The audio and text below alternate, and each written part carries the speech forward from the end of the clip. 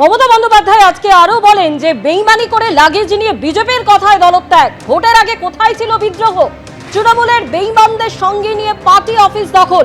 অন্যদিকে মমতা বন্দ্যোপাধ্যায়ের দীর্ঘদিনের সঙ্গী চন্দ্রিমা ভট্টাচার্য তিনি আজকে সমস্ত পদ থেকে, দলের সমস্ত পদ থেকে পদত্যাগের কথা ঘোষণা করেছেন।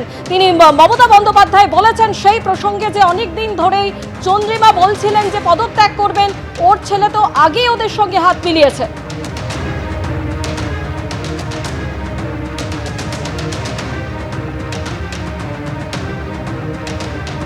অন্যদিকে চন্দ্রিমা ভট্টাচার্য যিনি আজকে বিধানসভায় যান এবং ঋতব্রত শিবিরের সঙ্গে দীর্ঘক্ষণ কথা বলেন, ঋতব্রত শিবিরের সঙ্গে তিনি কথা বলেন চন্দ্রিমা ভট্টাচার্য, তিনি ঠিক কি বলেছেন শোনাবো আপনাদের।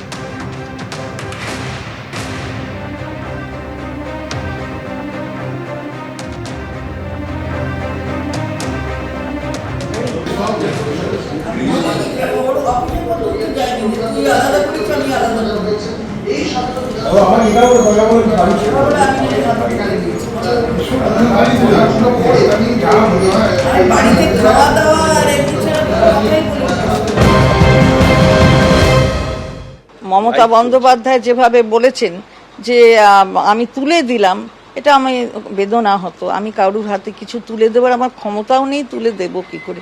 যাই হোক, আমার আনুগত্য যখন প্রশ্ন চিহ্নের মুখে, তখন আমার মনে হয় যে আমারই ব্যর্থতা সেটা। আমি কারোর বিরুদ্ধে কোনো অভিযোগ আমার নেই। চিঠি কি পাঠিয়ে দিয়েছেন? হ্যাঁ, পাঠিয়ে দিয়েছি। হ্যাঁ, দিদি কোনো ফোন এসছে? না, এখনো অবধি কিছু আসেনি। এখান থেকে আমি আমার সময় মতো বেরিয়ে, আমার ঘরেতে কেউ আসেনি তো, কোনো বিধায়ক আমার সাথে কথা বলতে আসেননি। আমি যতদিন প্রতিদিন যে সময়ে থাকি, কালকেও সেই সময়ে ছিলাম, ততটা সময়ই ছিলাম।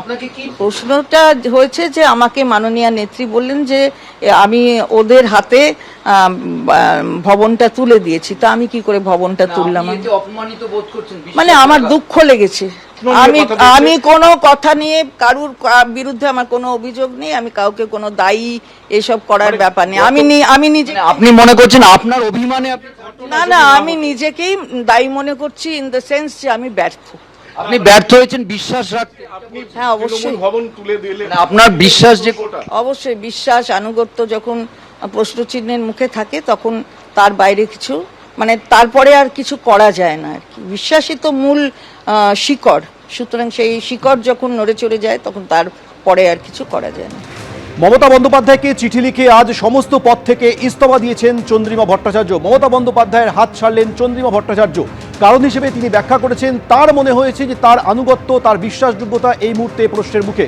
তিনি বলেছেন মমতা বন্দ্যোপাধ্যায় তাকে বলেছেন যে আপনি তৃণমূল ভবনকে ওদের হাতে তুলে দিলেন। এরপরই তার মনে হয়েছে যে তার আনুগত্য, বিশ্বাসযোগ্যতা একেবারে প্রশ্নের মুখে চলে এসেছে, তাই তিনি পদত্যাগ করেছেন। এরপরই তিনি সরাসরি চলে যান বিধানসভায়। সেখানে দেখা গেল ঋতব্রত শিবিরের সঙ্গে কথা বলতে। কালীঘাট তৃণমূল ছেড়ে একেবারে ঋতব্রত তৃণমূলে চন্দ্রিমা ভট্টাচার্য।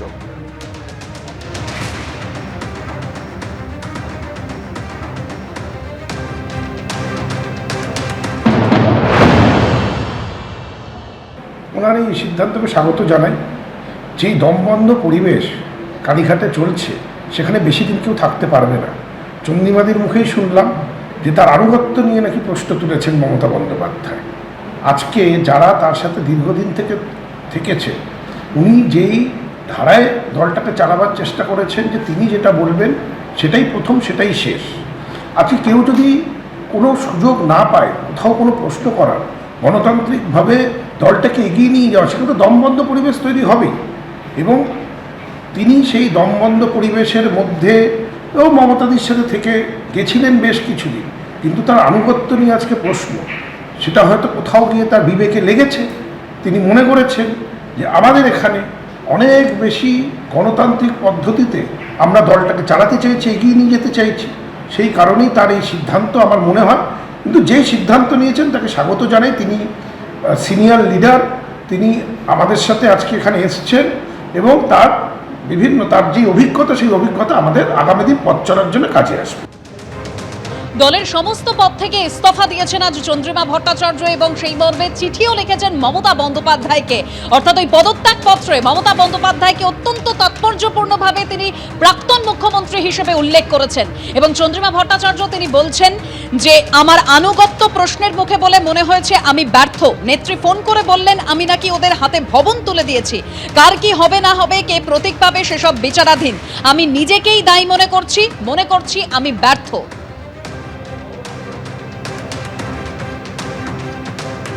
মমতা বন্দ্যোপাধ্যায় তিনি আজকে যেদিন চন্দ্রিমা ভট্টাচার্য তিনি সমস্ত পদ থেকে ইস্তফা দিলেন সেদিনই মমতা বন্দ্যোপাধ্যায় তিনি ফেসবুক লাইভে এসে সরব হয়েছেন এবং তিনি বলছেন বিজেপির সঙ্গে চক্রান্ত করে গদ্দারি করে সবাই দল ছাড়ছে। 2 মাসও ধৈর্য ধরতে পারলেন না, 2 মাসও ধৈর্য ধরতে পারলেন না, এত তাড়াতাড়ি দলের সাথে বেইমানি করে চলে গেলেন। আর বেইমানি করারও তো একটা সীমা থাকা উচিত। পার্টির সাথে বেইমানি না করে, যে পার্টিটা আপনাদের কাছে জন্মদাত্রী মা, আপনারা তো সরাসরি বিজেপি করছেন। এখন বিজেপি করবেন আর তৃণমূল বলবেন, এটা তো হতে পারে না। কারণ তৃণমূল কংগ্রেসের আদর্শ বিজেপি বিরোধী। মনে রাখবেন, আমাদের একটা আদর্শ আছে, আমাদের একটা নীতি আছে।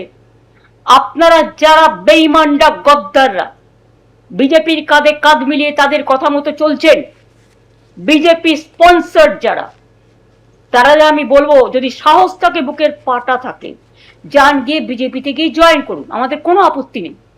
তবুও বুঝবো আপনারা বিজেপিতে চলে গেছেন। বিজেপিতে থেকে দল ভাঙার চক্রান্ত, ভাবেন কি যাই মরে গেছি? এবিপি আনন্দ, এগিয়ে থাকে, এগিয়ে রাখে।